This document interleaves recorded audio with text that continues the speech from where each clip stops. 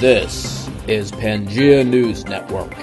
And now, breaking EV news with Anoop Parikh. If you're a commercial property owner and you've been putting off EV charging projects due to cost, then this message is especially for you. So I just found out about a grant program here in the state of Texas that will cover projects in all your major counties. So that's Harris, Travis, Dallas, Bexar, El Paso County.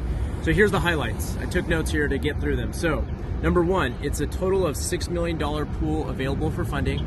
The maximum any one site can be eligible for is $600,000. Number two, the eligible costs. So this grant will cover the equipments and materials required, construction costs, as well as any professional services required to get the job done. Number three, properties that are open to the public will be prioritized above private closed-off facilities. Number four, this is the big one.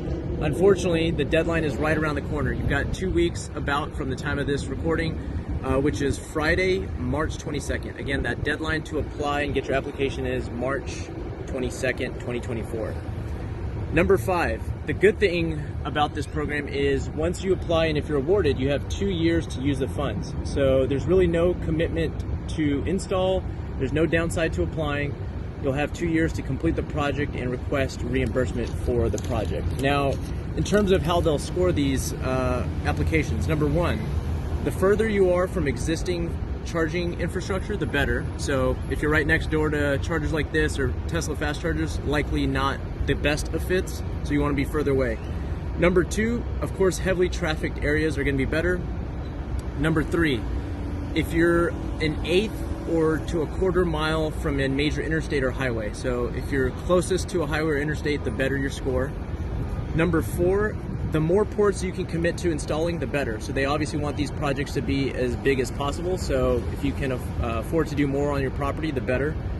And number five, the more on-site amenities you have closest to your property, the better. So whether that's restaurants, shopping, restrooms, parks, these are going to improve your score of being awarded.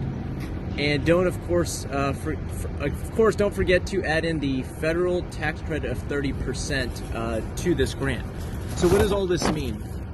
Effectively, if you were looking to put in, say, 5 of these types of DCFC fast chargers on your property, and let's just say that project cost $1 million, the grant's going to afford you up to about $500,000 off. You throw in the federal tax credit, brings off another $100,000.